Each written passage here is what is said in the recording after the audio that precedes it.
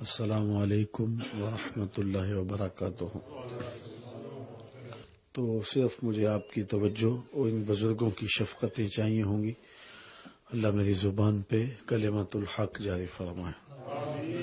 جیسا کہ بتایا گیا کہ یہ ذکر رسول کی محفل ہے، محفل میلاد ہے، اور یہ موسم نور ربیع الاول اپنی تمام توانائیوں کے ساتھ اپنا دامن سمیٹ رہا ہے اور پوری دنیا میں حضور کے ذکر کا چراغ ہے۔ اتنا تذکرہ ہم نے کسی کا نہیں ہوتے دیکھا جتنا میرے حضور کا ہو رہا ہے۔ اعلی حضرت نے کیا خوب کہا تھا، کان جدھر لگائیے تیری ہی داستان ہے۔ اور اہل ایمان ہے کہ حضور کے ذکر سے اپنے قلب کی تسکین کا ساماں کرتے ہیں۔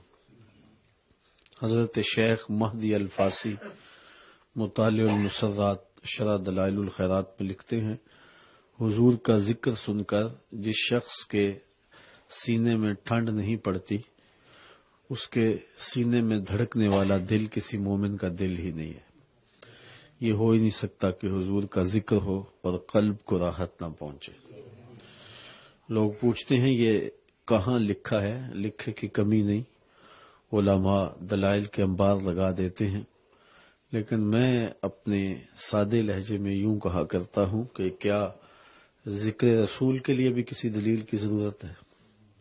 کبھی ایسا ہوا ہے کہ پھولوں کا تذکرہ چھڑا ہو اور بلبل کہے کہاں لکھا ہے؟ بات شمع کی ہو رہی ہو اور پروانہ دلیلیں ڈھونڈ رہا ہو، اور یہ بھی ممکن نہیں کہ بات سرکار مدینہ کی ہو رہی ہو اور امتی کو دلیل کی ضرورت ہو۔ محب کے لیے اس سے بڑا سرمایہ کوئی نہیں، کوئی اس کے محبوب کا ذکر چھیڑ دے۔ آیت ذکر نعمان لنا فإن ذکرہ هو المسک ما کررتہ یتضوع۔ امام شافعی علیہ رحمہ فرماتے ہیں، میرے ممدوح نعمان کی باتیں چھیڑو، ان کا ذکر ایسی کستوری ہے، تم جوں سے چھیڑتے جاؤ گے خوشبو پھیلتی چلی جائے گی۔ تو محب کے لیے تذکرہ محبوب راحت قلب کا سبب اور ذریعہ ہوتا ہے۔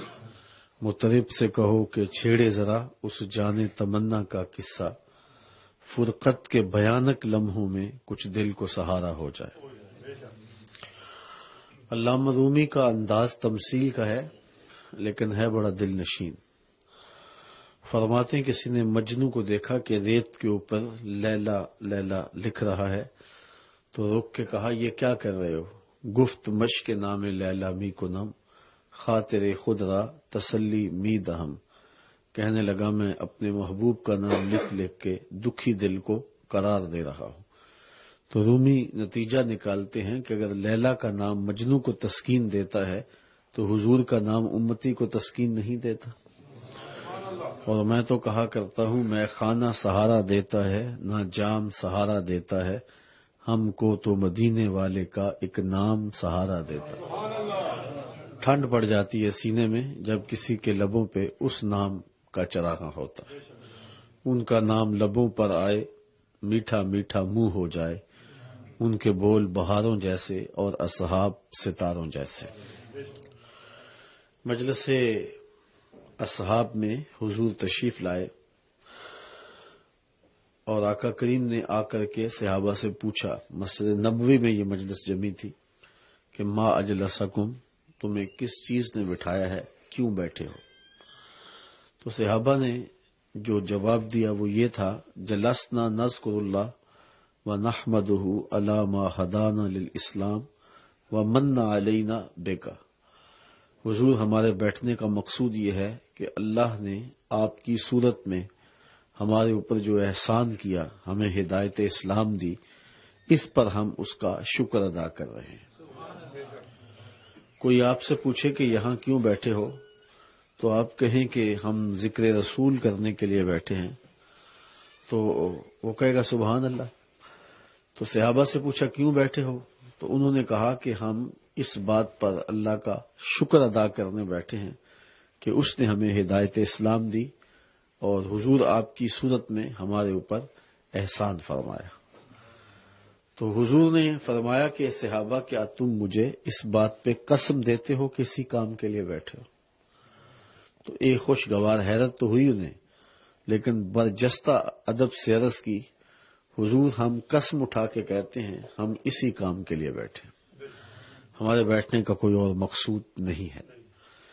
جب ان سے قسم وصول کر لی تو ان کے چہرے کے اوپر جو حیرت و استعجاب کی کیفیت تھی اس کو دور کرنے کے لیے فرمایا کہ میں نے تم سے جو قسم لی ہے وہ کسی تہمت کی بنیاد پر نہیں لی، تمہارے قول کی صداقت پر مجھے کوئی شک نہیں تھا کہ میں نے قسم سے تصدیق چاہی ہو، بلکہ ماجرا کچھ اور تھا، اور وہ یہ کہ تم یہاں تھے، میں حجرے میں تھا، اتانی جبریل، میرے پاس جبریل امین آئے اور انہوں نے مجھے آ کے کہا ہے محبوب ذرا باہر نکل کے دیکھو، صحابہ تمہارے نام رب کا پیغام ہے، رب کہتا ہے ان اللہ یباہی بکم الملائکہ، تمہارے اس عمل پر اللہ فرشتوں میں فخر کر رہا ہے۔ اب وہ کون سا عمل ہے جس پہ فرشتوں میں رب ناز کر رہا ہے؟ وہ حضور کی صورت میں جو انعام خداوندی ہوا ہے اس پر شکرانے کی محفل پر اظہار فخر کیا جا رہا ہے۔ رب فرشتوں سے فرما رہا ہوگا کہ دیکھو میں نے محبوب عطا کیا، یہ کتنے قدردان نکلے کہ اب بھی بیٹھ کے اس نعمت کا شکرانہ ادا کریں۔ حضرت حسان بن ثابت رضی اللہ تعالی عنہ کی الگ سے بولی دیکھنا چاہو تو ان کے کلمات کی ترتیب یہ ہے، من علینا ربنا ام بعث فینا محمدا صلی اللہ علیہ وسلم، ہمارے رب نے ہمارے اوپر احسان کیا کہ ہمیں حضور عطا کر دیا۔ شاید اسی کا منظوم ترجمہ کسی نے کیا، فضل رب العلا اور کیا چاہیے، مل گئے مصطفیٰ اور کیا چاہیے۔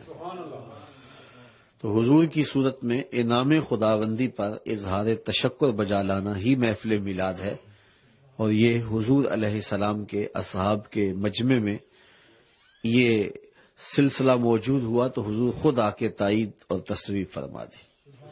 اللہ کی رحمتوں سے کوئی بعید نہیں کہ آج کی مجلس بھی قبول فرما لی جائے، اور رب فرشتوں سے کہے کہ دیکھو صدیاں ہو گئی میرے محبوب اس دنیا پہ جلوہ گر ہوئے تھے، یہ آج بھی بیٹھ کر کے اس نعمت کا شکرانہ ادا کر رہے ہیں، اور یہ بات میری اور آپ کی بخشش کی ضمانت قرار پائے۔ باقی جہاں تک حضور کی صورت میں جو انعام ہوا ہے اس کے تشکر بجا لانے اور اس کا حق ادا کرنے کی بات ہے تو ہم ساری زندگی بھی مدح و ستائش اور تعریف و توصیف کی زبان کھولے رکھیں، پھر بھی حضور کی مدح کا حق ادا نہیں ہو سکتا۔ میں کہتا ہوں ہمارے بدن پہ اتنے بال نہیں ہیں جتنے رسول اللہ کے احسانات ہیں، ہمارا بال بال قرض رسالت میں جکڑا ہوا ہے۔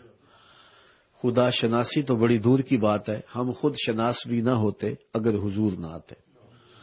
انسان کی پیشانی کا تقدس کہاں کہاں پامال نہیں ہوا، خدا شناسی تو بڑی دور کی بات ہے، یہ اپنے آپ کو بھی نہیں پہچانتا تھا کہ میں کون ہوں، اور اس نے بتوں کے چرنوں میں اپنی پیشانی کے تقدس کو پامال کیا، اس نے پتھر کی مورتیوں کو معبود جانا، اس نے مٹی کے بنے ہوئے مادوں کے آگے ماتھا رگڑا، اجرام فلکیہ کو، مظاہر فطرت کو، اور نباتات، بہائم، چوپایوں، حتیٰ کہ انسان کی تاریخ اتنی شرمناک ہے، اس نے مچھروں کو، مکھیوں کو، بچھوؤں اور سانپوں کو، یہ کیچوا جس سے مچھلی پکڑی جاتی ہے کانٹے سے لگا کے، اس کو بھی اپنا معبود سمجھا ہے۔ یہ اپنے آپ سے آگاہ نہیں تھا، اور جو چیزیں اس کی خدمت اور ضرورت اور نوکری کے لیے پیدا کی گئی ہے یہ ان کو معبود سمجھ رہا ہے۔ یہ درخت اس لیے پیدا کیے گئے اسے آکسیجن فراہم کریں، اسے چھاؤں دیں، اسے پھل دیں، اسے ماحولیاتی آلودگی سے بچائیں، اس کے ایندھن کے کام آئیں، لیکن یہ ان کو معبود سمجھ رہا ہے۔ یہ سواریاں اس لیے پیدا کی گئی کہ اس کو دودھ کی، یہ جانور اس لیے پیدا کیے گئے کہ اس کی سواری کے کام آئیں، اس کی بار برداری کے کام آئیں، اس کو دودھ اور گوشت کی ضروریات فراہم کریں، لیکن یہ انہیں اپنا معبود سمجھ رہا ہے۔ یہ ستارے اس کی راہوں میں روشنی ڈالنے کے لیے اور اس کے ذوق نظر کی تسکین کے لیے پیدا کیے گئے، لیکن یہ ان کو اپنا معبود سمجھ رہا ہے۔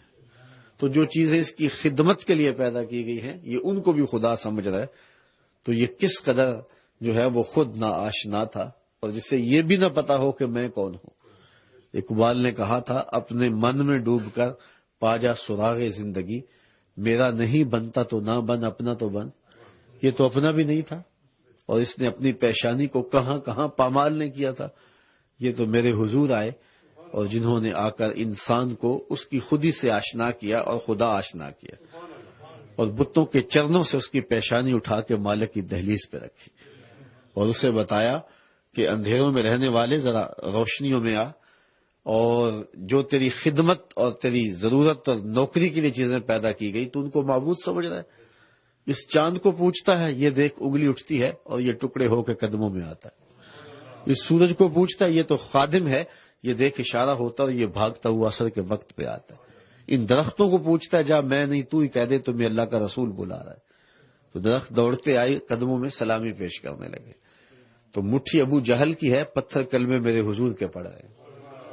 تو اب انسان کی آنکھ کھلی اور اب اسے پتا چلا، اور وہ خاک نشین اب وہ افلاک کی طرف دیکھنے لگا، اور اب اس کے تیور بدل گئے۔ اب وہ کہتا ہے ستاروں سے آگے جہاں اور بھی ہے۔ اب اسے پتا چلا، پرے ہے چرخ نیلی فام سے منزل مسلمان کی، ستارے جس کی گرد راہوں وہ کارواں تو ہے۔ اب اسے سمجھ آئی، کانپتا ہے دل تیرا اندیشہ طوفان سے کیا، نا خدا تو بحر تو کشتی بھی تو ساحل بھی تو، دیکھ آ کر کچھ آئے چاکے گریباں میں کبھی، کیس تو لیلا بھی تو صحرا بھی تو محمل بھی تو، وائے ناکامی کہ تو محتاج ساکی ہو گیا، میں بھی تو مینا بھی تو مستی بھی تو حاصل بھی تو، آہ کس کی جستجو آوارہ رکھتی ہے تجھے، راہ تو راہ رو بھی تو رہبر بھی تو منزل بھی تو، بے خبر تو جوہر آئینہ ایام ہے، تو زمانے میں خدا کا آخری پیغام ہے۔ اب اس سے پتا چلا کہ میں کون ہوں اور میری حیثیت کیا ہے اور میں کہاں کھڑا ہوں، اور یہ روشنی ملی، یہ اجالا نصیب ہوا تو حضور کی چوکھٹ سے نصیب ہوا، اور جنہیں حضور کا در میسر نہیں وہ آج بھی اندھیرے میں۔ پی ایچ ڈی ڈاکٹر ہے اور بت کے آگے ہاتھ جوڑے کھڑا ہے، اس کی اتنی بھاری بھرکم ڈگری اسے فہم و ادراک کی روشنی نہیں دے رہی، اور وہ پتھر کے بنے ہوئے اس بت کو جو اپنے بدن پہ بیٹھی مکھی بھی نہیں اڑا سکتا معبود سمجھ رہا ہے، تو اس کی عقل و بینش کوئی کام نہیں کر رہی۔ M B B S doctor ہے اور گائے کے پیشاب کو تبرک سمجھ رہا ہے، اور اس کو چسکیاں لے کے گاؤ ماتا کا تبرک سمجھ کے پی رہا ہے۔ میرا تعلق پاکستان کے ایک دیہات سے ہے، اور میں نے وہاں دیکھا کہ ہماری مسجد کی ٹوٹیوں پہ ایک 8 سال کا یا 7 سال کا بچہ تھا، وہ پانچے کو مل مل کے دھو رہا تھا۔ تو میں نے دور سے جھڑکا کہ اتنا زیادہ تم نے پانی کھولا ہے، تو وہ کہنے لگا، صاحب میں گلی سے گزر رہا تھا تو کسی جانور کے پیشاب کا چھینٹا گرا ہے جس سے میرے پانچے پر جو ہے وہ غلاظت آ گئی ہے اور میں اس کو صاف کر رہا ہوں۔ میں سوچ میں پڑ گیا کہ ڈاکٹر کو تو سمجھ نہیں آئی، اس 7 سال کے بچے کو سمجھ آ گئی۔ تو اندر سے جو جواب آیا وہ یہ تھا کہ وہ ہے ڈاکٹر، لیکن اس کے ہاتھ میں دامن میرے حضور کا نہیں، اور یہ ہے بچہ ماں نے گڑتی حضور کے پیار کی دی ہے، اس لیے تقدس روح تک اتر گیا ہے، اور پانچے کے اوپر پیشاب کا پڑا ہوا غیر مرئی چھینٹا بھی اس کو گوارا نہیں ہے۔ تو پھر پاکیزگی ملتی ہے تو اسی در سے ملتی ہے، طہارت ملتی ہے تو اسی چوکھٹ سے ملتی ہے، نور ملتا ہے، اجالا ملتا ہے تو اسی در سے ملتا ہے۔ اسی لیے ساری زندگی بریلی کی گلیوں میں کھڑے ہو کے میرے امام مدینے کی طرف منہ کر کے پکارتے رہے، چمک تجھ سے پاتے ہیں سب پانے والے، میرا دل بھی چمکا دے چمکانے والے۔ تو اس لیے ہم ساری زندگی بھی حضور کے نام پہ گزار دیں، حق کے شکر ادا نہ ہو، اس لیے کہ حضور کے اتنے احسانات ہیں، ہمیں جینے کا شعور ہی حضور نے دیا ہے، ہمیں زندگی کا جمال ہی حضور نے دیا ہے۔ انسانیت کی تذلیل کی کہانیاں آپ پڑھتے ہیں تاریخ میں، اور کس طرح انسان دنیا کی منڈی میں بک رہا تھا، اور غلام کی حیثیت یہ تھی کہ وہ آقا کا جوتا بھی اگر دھوپ سے اٹھا کے چھاؤں میں رکھ دیتا تو آقا اس پہ بھی کوڑے مارتا کہ تو نے مجھے پوچھا کیوں نہیں۔ وہ کہتا جناب خراب ہو رہا تھا اس لیے میں نے چھاؤں میں رکھا ہے۔ تو آقا کہتا تیرے میں یہ سمجھ کہاں سے ہوئی، تو خود سر ہو گیا، تیری خوئے غلامی بدل گئی ہے، تو جو ہے وہ متکبر ہو گیا، سرکش ہو گیا، اس لیے اسے سرے بازار کوڑے مارتا۔ یہ تھی غلام کی حیثیت۔ اقبال نے کہا تھا، غلامی کیا ہے ذوق حسن و زیبائی سے محرومی، جسے زیبا کہیں آزاد بندے ہے وہی زیبا، بھروسہ کر نہیں سکتے غلاموں کی بصیرت پر کہ دنیا میں فقط مردان حر کی آنکھ ہے بینا۔ تو غلام کی کون بات سنتا ہے اور کون غلام کو پوچھتا ہے؟ تو غلام یہ رسوائی کی زندگی کاٹ رہا تھا، لیکن میرے حضور آئے اور معراج پہ گئے، واپس پلٹے اور کہا، بلال تو کون سا نیک عمل کرتا ہے، میں نے جنت میں تیرے قدموں کی آہٹ کو سنا ہے۔ کیا خیال ہے اس ایک جملے نے دور غلامی کی ساری تھکن اتار نہیں دی ہوگی؟ اور غلام بلال فرش اٹھ کے فراز عرش پہ نہیں پہنچ گیا ہوگا؟ جو آقا کا جوتا بھی بغیر اذن کے چھو نہیں سکتا، اس کو دو جہاں کا سردار کہہ رہا ہے کہ میں نے تیرے قدموں کی آواز کو جنت میں سنا ہے۔ آپ نے علماء کی زبان سے یہ بات بارہا سنی ہے، مجھے تو یہاں گفتگو کرتے بھی جھجک اس لیے آ رہی ہے کہ استاذ الاساتذہ تشریف فرما ہے اور ہم لوگ جو ہیں وہ ان کے شاگردوں کے خوشا چین ہیں۔ تو میں بات کر رہا تھا کہ آپ سنتے ہیں علماء سے کہ جب حضور تشریف لائے تو آقا کریم کی جلوہ گری سے ہی سویبہ لونڈی نے جا کے کہا کہ تیرے مرحوم بھائی کے گھر میں بیٹا پیدا ہوا ہے، یہ ابو لہب کو کہا، تو اس نے انگلی کے اشارے سے کہا کہ جا تو آزاد ہے۔ تو یہاں ایک پہلو تو یہ ہے کہ اس کو بعد میں فائدہ ہوا اور قبر میں بھی اس کو انگلی سے پانی اور مشروب ملتا رہا اور عذاب میں بھی تخفیف رہی۔ بڑے بڑے محدثین نے لکھا ہے اس بات کو، لیکن دوسرا پہلو بھی ہے اور وہ یہ کہ حضور نے صحن کائنات میں قدم رکھا، غلامی کی زنجیریں ٹوٹنے لگیں، اور یہ پیغام تھا حضور کے آنے کا۔ اور پھر حضور نے ایسے طریقے دیے غلامی کو ختم کرنے کے کہ غلامی عملاً ختم ہو گئی۔ روزہ توڑ بیٹھے ہو تو غلام آزاد کرو، زہار کے کفارے میں غلام آزاد کرو، قسم توڑ بیٹھے ہو تو غلام آزاد کرو، اور ویسے بھی ترغیب دی۔ اور پھر وقت آیا کہ دنیا کے اوپر غلامی کا وہ رنگ اور وہ روپ باقی نہ رہا، اور جب تک غلام موجود رہے تو حضور کی نصیحتوں پہ عمل ہوتا رہا کہ جو خود کھاتے ہو غلاموں کو کھلاؤ، جو خود پیتے ہو غلاموں کو پلاؤ، اور جو خود پہنتے ہو غلاموں کو پہناؤ۔ اور حضور نے فتح مکہ کے دن اپنے ساتھ غلام زادے کو، حضرت اسامہ بن زید کو بٹھا کر کے دنیا پر اعلان کیا، عملاً اعلان کیا کہ آج فتح مکہ جو ہے وہ غلاموں کو عزت دینے کا دن آ گیا۔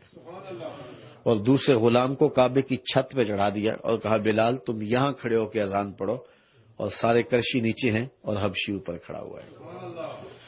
تو یہ حضور کا دیا ہوا نور ہے۔ آج انسانیت کی توقیر جہاں بھی ہے، جس ملک میں بھی ہے اور جس بھی قانون کے تحت ہے، وہ سارے قوانین محمد عربی کے قدموں سے نکلتے ہیں۔ یہ سارے سوتے انہی راہوں سے پھوٹتے ہیں، اور سارے اجالے اور ساری روشنیاں اسی دہلیز سے لوگوں نے حاصل کی ہیں۔ آج عورت کے حقوق کی بات ہوتی ہے تو ہم اس منظر کو نہیں بھول سکتے ہیں کہ جب بیٹی کو زندہ درگور کر دیا جاتا تھا اور اس پہ باپ فخر کرتا تھا، اور کتنا پست قامت سماج تھا اور کتنا گھنونا معاشرہ تھا کہ بیٹی کو ذبح کر کے، بیٹی کو قتل کر کے، بیٹی کو زندہ درگور کر کے اس کا گلا گھونٹ کے باپ داد پاتا تھا۔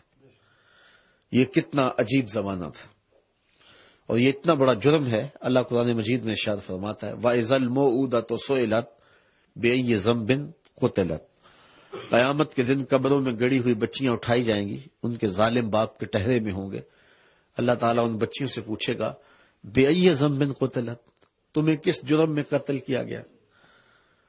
تو مفسرین نے یہاں سوال اٹھایا، اس کا جواب بھی دیا کہ بیٹیوں کو تو پتہ ہی نہیں کہ ہمیں قتل کیوں کیا گیا۔ آنکھ ابھی کھلنے نہیں پائی تھی کہ بند کر دی گئی، زبان ابھی بولنے نہیں پائی تھی کہ نوچ لی گئی، شعور ابھی سنبھلنے نہیں پایا تھا کہ ریت تلے دبا دی گئی۔ ان بچیوں کو تو پتہ ہی نہیں کہ ہمیں قتل کیوں کیا گیا، اور پھر ظالم باپ کے ٹہرے میں کھڑے ہیں۔ اور دنیا کا ضابطہ یہی ہے کہ مجرم سے اسباب جرم پوچھے جاتے ہیں، محرکات کیا تھے، تو وہ ظالم کھڑے ہوئے، ان سے پوچھا جائے کہ تم نے قتل کیوں کیا۔ ان کے معصوم دامن پہ کون سا داغ دیکھا کہ تم بچیوں کو قتل کرنے پہ آمادہ ہو گئے؟ لیکن ان سے نہیں پوچھا جا رہا، بچیوں سے پوچھا جا رہا ہے، پوچھا ان سے جا رہا جن کو پتا بھی نہیں اور مجرم کٹہرے میں کھڑے ہیں۔ تو مفسرین نے اس کا جواب یہ دیا کہ بیٹیوں کا قتل اتنا گھنونا جرم ہے کہ اللہ تعالیٰ ان کے ظالم باپوں سے بات کرنا بھی گوارا نہیں کرتا۔ حالانکہ یہ خطاب عتاب ہوگا، لیکن یہ بھی گوارا نہیں ہے کہ ان سے ہم کلام بھی ہوا جائے۔ اور ایسا بڑا جرم ڈٹائی کے ساتھ، فخر کے ساتھ کیا جاتا ہے، اور صرف کرنے والا ہی فخر نہیں کرتا، معاشرہ بھی داد دیتا ہے۔ اس زمانے میں حضور کا ایک جملہ، اہل نظر کی نظر جو ہے وہ اس کی لطافتیں ہیں، اور پھر اس کو اس پہلو میں دیکھیں۔ آج اپنی بیٹی کے لیے محبت بڑی بات میں کہہ دوں، آپ کہہ دیں، تو یہ بڑی بات نہیں ہوگی۔ اس معاشرے میں بیٹی سے پیار کیا جاتا ہے، لیکن جب بیٹی کو زندہ درگور کر کے باپ فخر کرتا تھا، اس زمانے میں حضور کا یہ فرمانا، یہ صرف کلمہ محبت ہی نہیں ہے، یہ کلمہ جہاد بھی ہے کہ میری بیٹی فاطمہ میرے جگر کا ٹکڑا ہے۔ یعنی یہ اس ماحول کے اندر بات کہی گئی ہے جس ماحول میں بیٹی کو زندہ درگور کر کے باپ فخر کرتا تھا۔ آج تو بچیوں کے لیے جذبات اچھے ہیں، دیکھ ہیں۔ میں نے اپنے گجرانوالا کی کلاتھ مارکیٹ میں ایک بوڑھے شخص کو دیکھا کہ اس نے اپنی جھکی ہوئی کمر کے اوپر بوریاں لادی ہوئی تھی۔ شناسائی تھی تو میں نے روک کے کہا کہ اب کام چھوڑ نہیں دیتے، آپ بوڑھے ہو گئے۔ تو وہ کہنے لگا، آنکھوں میں نمی آ گئی اور کہنے لگا کہ جناب میری ابھی ایک بیٹی رہتی ہے جس کی میں نے ابھی شادی کرنی۔ تو میں نے کہا یہ باپ تو زندہ درگور کرتا تھا، اس کے سینے میں پیار کس نے لکھ دیا؟ یہ بھائی تو قتل کرتا تھا، یہ اوور ٹائم لگا رہا ہے فیکٹری میں کہ میں نے بہن کے ہاتھ پیلے کرنے ہیں، اس کے سینے میں پیار کس نے لکھ دیا؟ یہ بیرون ملک میں یہاں آتا ہوں تو لوگ یہاں پردیس کاٹ رہے ہیں کہ ہم نے اپنی بیٹیوں کے لیے اچھا ماحول دستیاب کرنا ہے اور ان کی شادیاں اچھے ماحول میں کر دیں، اور یہ مشقتیں یہ کیوں کاٹی جا رہی ہیں؟ یہ پیار سینے میں کس نے لکھ دیا؟ جواب ایک ہی ملے گا، میلاد والے محمد صلی اللہ علیہ وسلم۔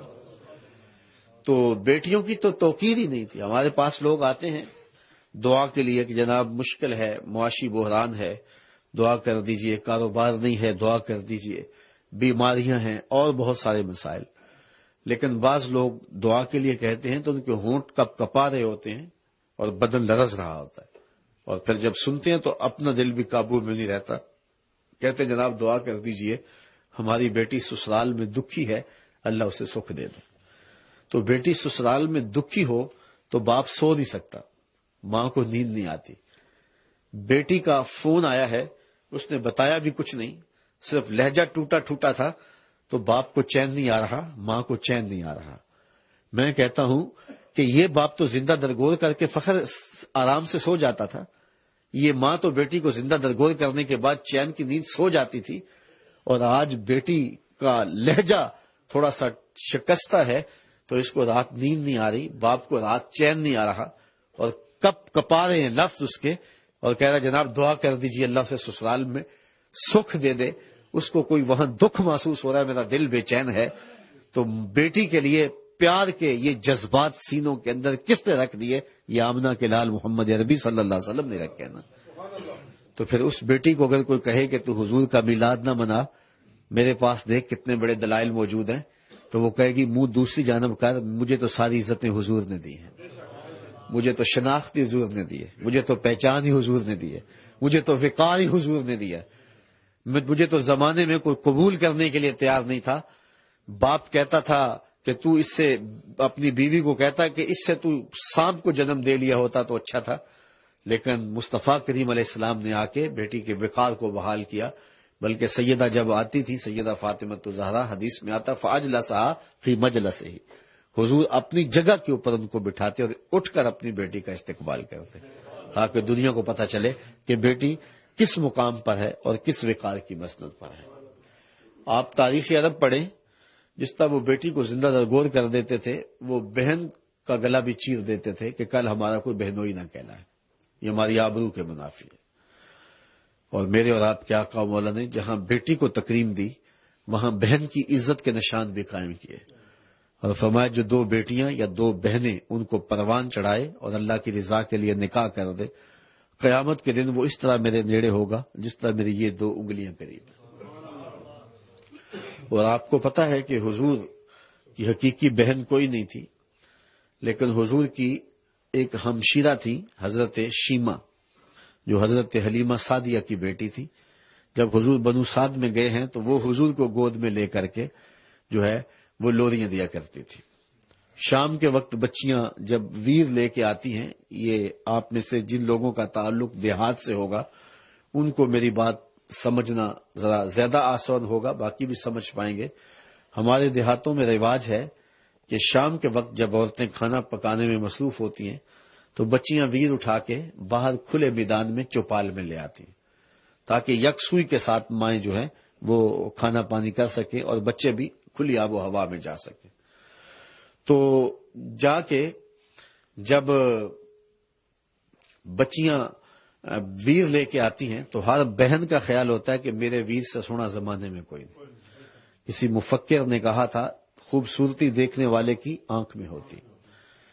ہم نے بچپن میں باقاعدہ مناظرے سنے بہنوں کے، جس کے بھائی کا رنگ سانولا ہوتا وہ کہتی ہے رنگ سے حسن نہیں ہوتا، حسن کا تعلق نقوش سے ہے، میرے بھائی کے نقوش سونے لہذا میرا ویر سونا ہے۔ اور جس کے بھائی کا رنگ سونا ہوتا وہ کہتی ہے رنگ نہیں تو کچھ بھی نہیں ہے لہذا میرا بھائی سونا ہے۔ یہی بنو سعد کے اس کھلے میدان میں ہو رہا ہوتا، بہنیں اپنے اپنے ویر کی خوبصورتی پہ دلیلیں دے رہی ہوتی کہ حضرت شیمہ بھی اپنے ویر محمد کو اٹھا کے لے آتی صلی اللہ علیہ وسلم، اور دوسرے کہتی نہیں میرا ویر بھی آ گیا، تو وہ کہتی نہیں شیمہ تیرے ویر کا مقابلہ تو نہیں نا۔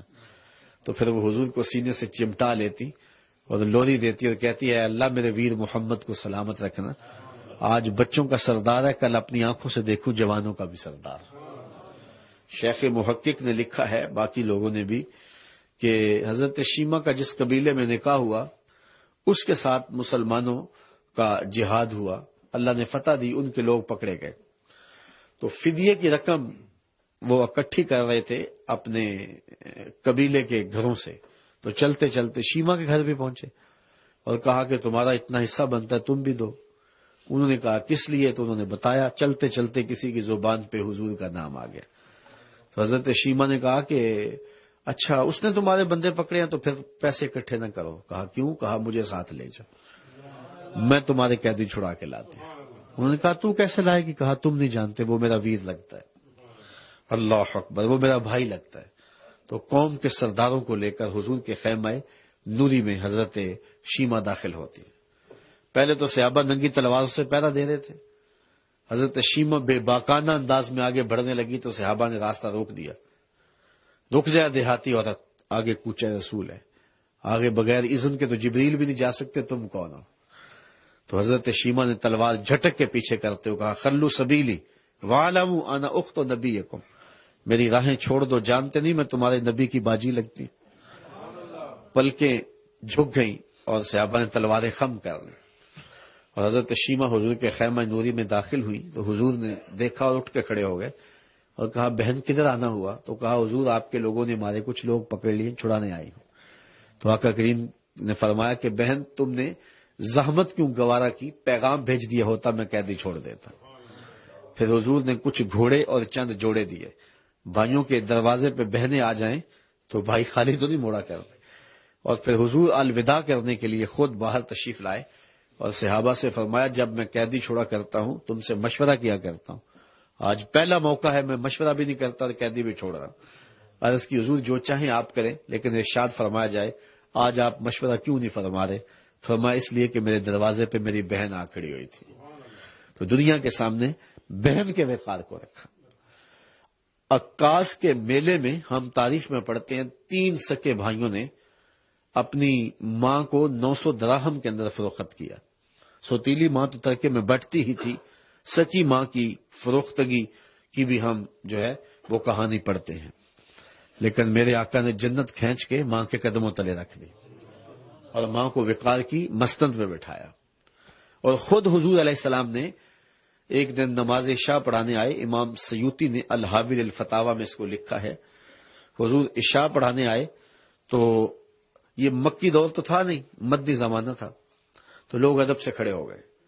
تو حضور مصلی پہ آئے تو بس آنکھیں چھم چھم برسنے لگی, اور پھر ایک ٹھنڈی آ بری اور روتے ہوئے کہا لو ادرکت والدیہ او احدہما, کاش آج میرے ماں باپ زندہ ہوتے. انسان نے دکھوں کا دور دیکھا ہو, اللہ بعد میں خوشحالیاں دے دے, تو انسان اس بات کی آرزو کرتا ہے کہ میرے ماں باپ نے میرا دکھ بھرا زمانہ دیکھا, کاش کہ مجھے عزت کے زمانے میں, وقار کے زمانے میں, میرے سر کے اوپر وقار کی جو ہے وہ دستار بندی ہے, میرے آنگن میں بچوں کا ایک جہاں آباد ہے, دولت کی ریل پیل ہے, عزت ہے, شہرت ہے, تو کاش میرے ماں باپ دیکھتے تو کتنے خوش ہوتے.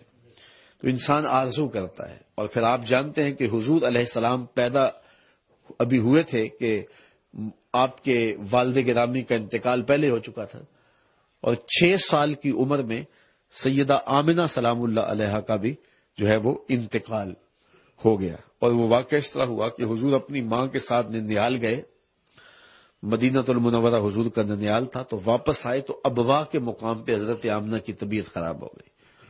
تو انہوں نے اپنی باندی حضرت برکہ جنہیں ام ایمن کہتے ہیں, انہیں بلا کر کہا کہ میرے بیٹے کو بحفاظت امیر قریش عبد المطلب تک پہنچا دینا.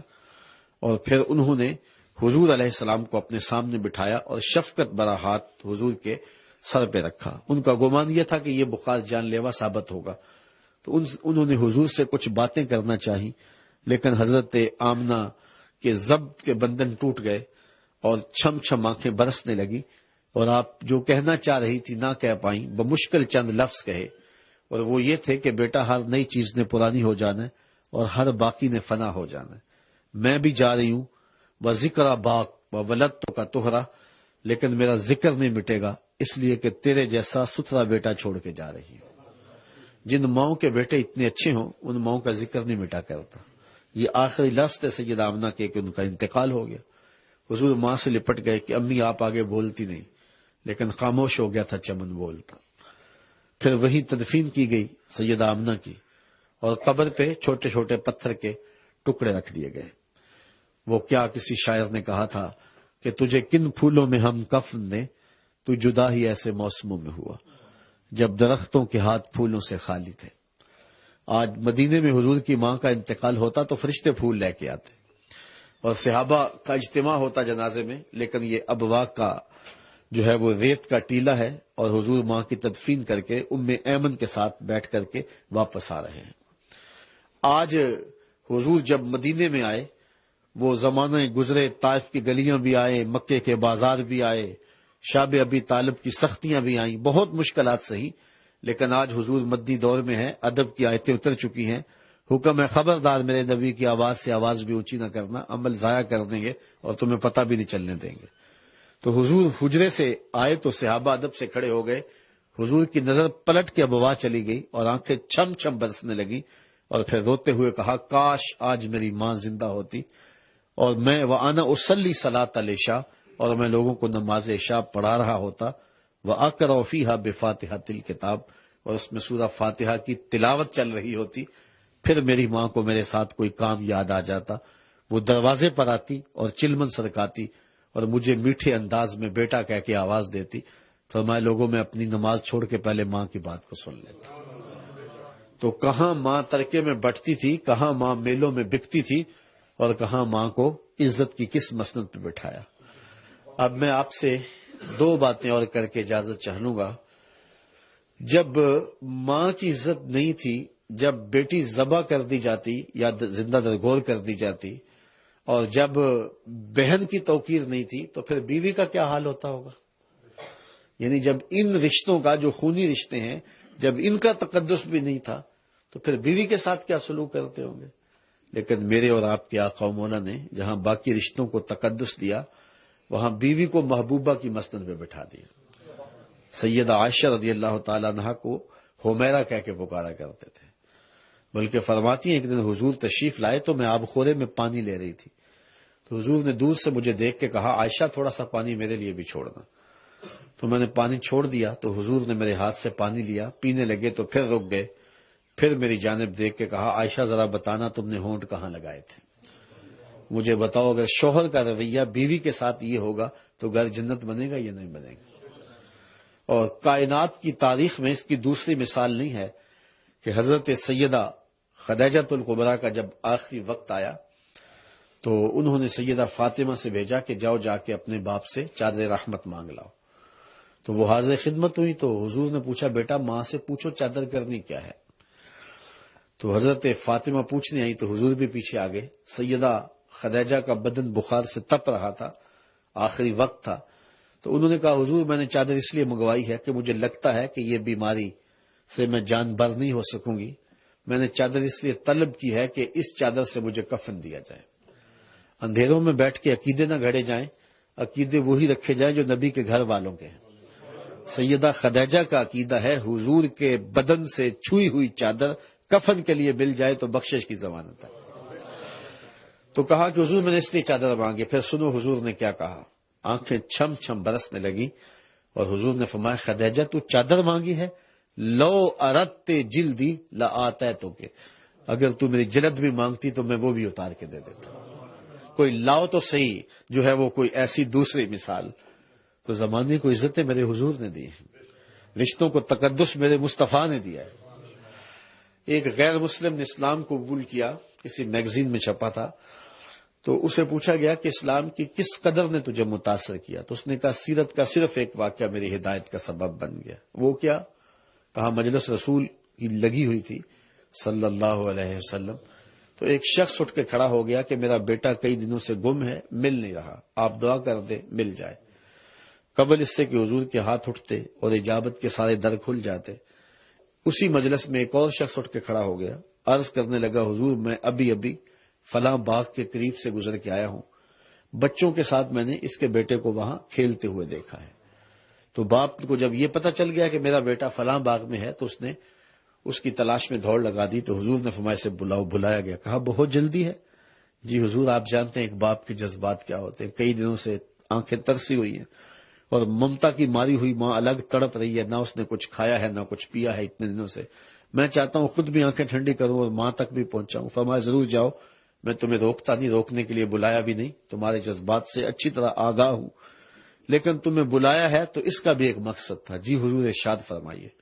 فرمایا جب باغ کے کنارے جاؤ تو بچوں کے ساتھ اپنے بیٹے کو کھیلتا ہوا دیکھو تو اس کو بیٹا بیٹا کہہ کے آوازیں نہ دینے لگ جانا، اس کے نام سے اسے پکارنا اور گھر لے جانا. عرض کی حضور میرا بیٹا ہے، اگر میں بیٹا کہہ کے پکاروں تو حرج بھی کیا ہے. فرمایا کئی دنوں سے بچھڑے ہو، تمہارے لہجے میں بلا کا رس ہوگا اور تم نہیں جانتے، ہو سکتا ہے کھیلنے والوں میں کوئی یتیم بھی کھیل رہا، اور جب تم اپنے بیٹے کو بیٹا کہہ کے پکارو گے تو اس کا دل چھلی ہو جائے گا، آج میرا باپ ہوتا تو مجھے بھی بیٹا کہہ کے پکار. ہمیں تعلیم دی گئی ہے بیوہ کے سامنے اپنی بیوی سے پیار نہ کرو، غریب کے سامنے اپنی دولت کی نمائش نہ کرو، بلکہ میرے حضور نے یہاں تک فرمایا اپنے گوشت کی خوشبو سے غریب ہمسائے کو تکلیف نہ دو، یا تو تھوڑا سا پانی زیادہ ڈال لو اور شوربے کی پیالی ہمسایوں کے گھر بھی بیچ دو. اور اگر یہ نہیں کر سکتے تو ایسے زاویے میں اور ایسے وقت میں کھانا پکاؤ جب غریب کے بچوں تک اس کی مہک نہ پہنچے. بچے ضد کر بیٹھے اور مزدور باپ ضد پوری نہ کر سکتا ہوا تو ان بلکتے ہوئے بچوں کو کون چپ کرائے گا. وہ کیا کسی نے کہا تھا دوپہر کو سلا دیتی ہے بچوں کو وہ اس ڈر سے، دوپہر کو سلا دیتی ہے بچوں کو وہ اس ڈر سے، گلی میں پھر کھلونے بیچنے والا نہ آ جائے. تو حضور علیہ السلام نے ہمیں یہ تعلیمات دی ہیں، کیسا لوگوں کی نزاکت قلبیہ اور یتیم کی نزاکت قلبیہ کا خیال اور لحاظ رکھا ہے. تو اب اس یتیم کو کوئی کہے کہ تو حضور کا میلاد نہ منا تو وہ کہے گا منہ دوسری جانب پھیر لے، میں تو دم دم مصطفیٰ کا نام لوں گا، میں تو اٹھوں گا تو نام حضور کا لوں گا، میں تو بیٹھوں گا تو نام حضور کا لوں گا. مجھے تو شناختی حضور نے دی ہے، مجھے تو عزتی حضور نے دی ہے. مجھے تو دھکے دیے جاتے تھے، فذالک الذی یدعو الیتیم قرآن نے بتایا ہے، تو مجھے تو عزت اس چوکھٹ سے ملی ہے. میں تو ساری زندگی حضور کے نام کا جھنڈا اٹھا کے گھومتا رہوں تو حق پھر بھی ادا نہ ہو، اس لیے کہ میرے وقار کی ضمانت مصطفیٰ جان رحمت ہے. تو اس لیے حضور کا میلاد یہ ایک دن کا میلاد کیا، ایک شب کا میلاد کیا، ساری زندگی بھی میلاد میں گزار دے، حق کے شکر پھر بھی میلاد ادا نہ ہو. اور آخری بات تعلیم کے حوالے سے یہ ہے کہ میلاد تو عربی کا لفظ ہے نا، اردو میں اسے یوم پیدائش کہتے ہیں اور عربی والے اسے انگلش والے برتھ ڈے کہہ دیتے ہیں. تو کسی کی برتھ ڈے پہ اگر آپ جائیں، پہلے تو یہ ہے کہ اگر کسی کی برتھ ڈے ہو تو کوئی بلائے تو جاتے ہو یا اپنے آپ ہی چلے جاتے ہو؟ کوئی بلائے تو جاتے ہو نا. وہ کہتے ہیں بلایا تو اب جانا ہے، نہیں بلایا تو نہیں جانا ہے. تو پھر حضور کے میلاد پہ خود آگے ہو یا حضور نے بلایا ہے تو آئے ہو. وہ کیا کسی نے کہا تھا نا، محبوب کی محفل کو محبوب سے جاتے ہیں، آتے ہیں وہی جن کو سرکار بلاتے. اور دوسری بات، جب کسی کی برتھ ڈے پہ جاتے ہو تو خالی ہاتھ جاتے ہو یا کوئی تحفہ بھی لے کے جاتے ہو؟ تو یقیناً کوئی تحفہ لے کے جاتے ہو. تحفہ بھی وہ جس سے وہ خوش ہو جائے. بچہ ہے تو کھلونا لے جاتے ہو، بڑا ہے اس کے مطابق. تو حضور کے میلاد پہ آئے ہو تو کوئی تحفہ حضور کو بھی پیش کرو، اور تحفہ وہ پیش کرو جس سے حضور خوش ہو جائیں. اب حضور کس سے خوش ہوں گے؟ فرمایا وجعلت قرۃ عینی فی الصلاۃ، میری آنکھوں کی ٹھنڈک نماز میں رکھی. اگر آج اس میلاد کی محفل میں بدقسمتی سے ہم میں سے کوئی شخص بے نمازی ہے تو یہ تحفہ حضور کی بارگاہ میں پیش کرے کہ آج کے بعد نماز نہیں چھوٹے گی. اور اگر خوش قسمتی سے ہم سارے نمازی ہیں تو یہ عزم کر کے جائیں کہ ہمارے گھر کی چار دیواری میں کوئی بے نمازی نہیں رہے گا، چونکہ جہاں بے نمازی ہوتا ہے وہاں نحوست ہوتی ہے. حضرت غوث اعظم فرماتے ہیں بے نمازی اتنا منحوس ہوتا ہے اس کو مسلمانوں کے قبرستان میں دفن نہ کرو. سلطان باہو بولے بے نمازی سے خنزیر بھی پناہ مانگتا ہے. اور شیخ سعدی کہتے ہیں بے نمازی کو قرض نہ دو، جو رب کا قرضہ نہیں دیتا تمہارا قرضہ کیسے ادا کرے. اور قیامت کے دن اللہ سب سے پہلا سوال نماز کے بارے میں پوچھے گا. اور قرآن میں آتا کچھ لوگ جہنم کی طرف جا رہے ہوں گے، راستے میں انہیں کچھ لوگ ملیں گے اور کہیں گے ما سلککم فی سقر، تم جہنم کو کیوں جا رہے ہو؟ تو وہ جواب میں یہ کہیں گے لم نکو من المصلین، ہم نماز نہیں پڑھا کرتے تھے. تو اس لیے میں اور آپ آج کی اس مجلس میں یہ عزم کریں کہ ہم اور ہمارے ماحول میں کوئی بے نمازی نہیں ہوگا. پھر حضور کا میلاد، اس کے فوائد دو چند ہو جائیں گے. میرے حضور فرماتے ہیں میرے شیخ محترم کہ یاری لا تو پاک نبی سنگ اے پر پوری یاری، پھر درود قبول ہے تیرا لکھ نالوں ایک واری.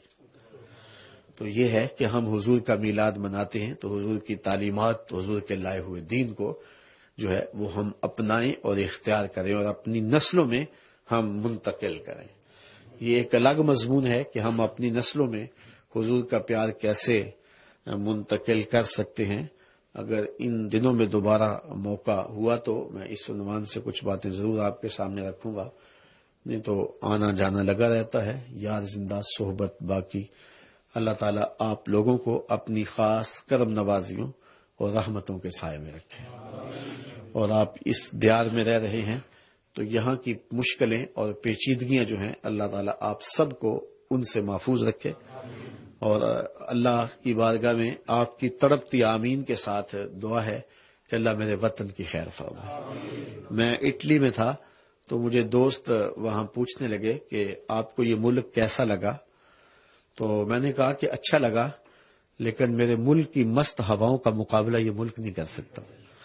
میرے وطن کی مٹی سے خوشبو آتی ہے اور اس کی وادیاں اور اس کے کوہسار اور اس کی مست ہوائیں جو ہے وہ عجیب نور بانٹتی ہیں. بس نظر لگی ہے میرے ملک کو. آپ یہ دعا کریں کہ اللہ اس ملک کو امن کے اجالے دے دے اور وہاں دہشت گردی کے سلگتے لاؤ ٹھنڈے کر کے امن کی بہاریں پیدا کر دیں. مکہ المکرمہ اور مدینہ رسول کے بعد اگر کوئی بستی محبتوں کا نگر ہے اور کوئی جو ہے وہ الفتوں کا نگر ہے تو وہ پاکستان ہے. اور مصطفیٰ جان رحمت صلی اللہ علیہ وسلم نے بھی ارشاد فرمایا، اقبال نے اس کا ترجمہ کیا کہ میرے عرب کو آئی ٹھنڈی ہوا جہاں سے، میرا دیش وہی ہے، میرا دیش وہی ہے. تو پاکستان اللہ کی رحمت ہے. وہ ایک زمانہ تھا کہ ایک ہمارا فوجی بارڈر کراس کر گیا انڈیا کا، تو اسے سمگلر سمجھ کے مقامی لوگوں نے پکڑ لیا اور ایک سکھ گھر میں قید کر دیا گیا کہ صبح اپنی ملٹری کو دے دیں گے، یہ کوئی سمگلر ہے. تو وہ کہتا ہے کہ رات پچھلے پہر ایک بوڑھی عورت جس کے چہرے پہ جھریاں تھی وہ کھڑکی پہ آئی اور نفرت انگیز انداز میں مجھے گھورتے ہوئے کہا کہ تمہیں پاکستان اس لیے بنا کے دیا تھا کہ تم وہاں سمگلنگ کرو. تو میں نے اس کو کہا پہلی بات تو یہ ہے بڑھیا، میں سمگلر نہیں ہوں، میں فوجی ہوں. اور دوسری بات یہ ہے کہ تم نے پاکستان کہاں بنایا تھا؟ سکھوں نے تو جو ادم مچایا تھا پاکستان بنتے ہوئے وہ ہم کبھی نہیں بھول سکتے. تو اس خاتون کی آنکھوں میں آنسو آ گئے اس نے کہا کہ میں سکھ نہیں ہوں، میں مسلمان ہوں، لیکن اس وقت جو لڑکیاں اٹھائی گئی تھی سکھوں نے اٹھائی تھی، ان بد نصیب لڑکیوں میں ایک میں بھی ہوں، اور اب ان کے بیٹوں کی ماں ہوں۔ لیکن میں تمہیں ایک پیغام دیتی ہوں، اگر تم کسی طرح پاکستان پہنچو تو وہاں کے لوگوں کو، باسیوں کو میرا سلام دے دینا اور پیغام دے دینا کہ پاکستان سے خیانت نہ کرنا، پاکستان ایک مقدس ملک ہے۔ میرے پوتروں کو جب بخار آتا ہے تو میں پاکستان کا صرف نام لے کے دم کر دیتی ہوں، اللہ شفا دے دیتا ہے۔ یہ اتنی مقدس دھرتی ہے اور اتنا متبرک ملک ہے۔ اللہ میرے وطن کی ہواؤں کو سلامت رکھے، میرے ملک کی مٹی کو مزید آب و تاب دے، اور وہاں جو بکھرا ہوا خون ہے اللہ تعالیٰ صاف کر دے۔ اب تو لاشیں اٹھا اٹھا کے کندھے تھک گئے ہیں، اور سویر سے شام تک جو ہے وہ لاشیں ہی اٹھانے کا کام رہ گیا ہے۔ اللہ تعالیٰ کچھ صالح کی عادت دے دے، وہ ملک انشاءاللہ تاریخ ہمیں بتاتی ہے کہ عالمی نشت ثانیہ جب ہونی ہے اسلام کی تو اس وقت پاکستان کا کردار اہم ہوگا، اور جھنڈا پاکستان کے ہاتھوں میں انشاءاللہ ہوگا، اور پوری دنیا کی قیادت کرنی ہے اس وطن نے، اور اللہ تعالیٰ خیر کے وہ لمحے لائے۔ اور یہ جو فی الحال گھڑیاں ہیں، یہ مشکل ترین گھڑیاں ہیں۔ میں نے یہاں آ کر کے محسوس کیا ہے کہ یہاں کے لوگ وہاں کے مقامی رہنے والوں سے زیادہ حساس اور پریشان ہیں پاکستان کے حوالے سے۔ یقیناً آپ کے دکھ لمحوں کی دعائیں پاکستان کو مطلوب ہیں، تو آپ اس وطن عزیز کے لیے دعائیں کرتے رہیں۔ یہ وطن آپ کی دعاؤں کا طالب بھی ہے اور محبتوں کا بھی۔ اللہ مجھے آپ کو اپنی رحمتوں کے سائے میں رکھے، اور یہ جو مختصر نشست ہوئی اس کو یہاں اور اس کے علاوہ جہاں جہاں بھی سنا گیا، دنیا کے جس ملک میں بھی لوگ سن رہے ہیں، اللہ سب کو جزائے خیر عطا فرمائے۔ علامہ اقبال کا سارا فلسفہ نچوڑ دیں تو ایک شعر آتا ہے نتیجے کے طور پہ، کی محمد سے وفا تو نے تو ہم تیرے ہیں، یہ جہاں چیز ہے کیا لوح و قلم تیرے ہیں۔